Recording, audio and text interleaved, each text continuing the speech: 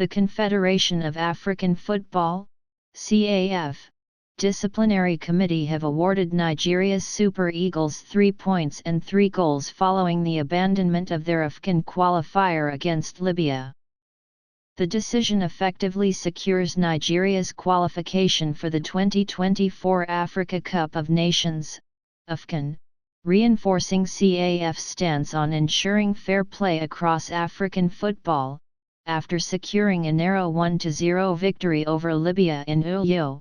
Nigeria travelled to Libya for the return fixture. However, upon their arrival, the team faced unexpected adversity. The Super Eagles were reportedly left stranded at Abraq Airport, 300 kilometers from their match destination, Benghazi, for over 16 hours, lacking food, water, and basic assistance.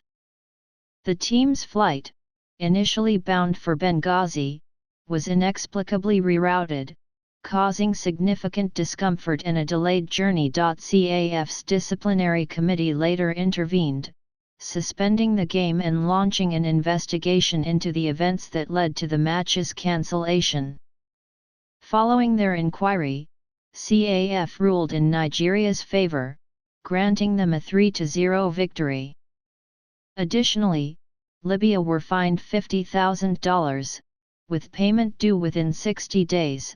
CAF found the Libyan Football Federation in breach of multiple regulations, including Article 31 of the African Cup of Nations Regulations and Articles 82 and 151 of the CAF Disciplinary Code.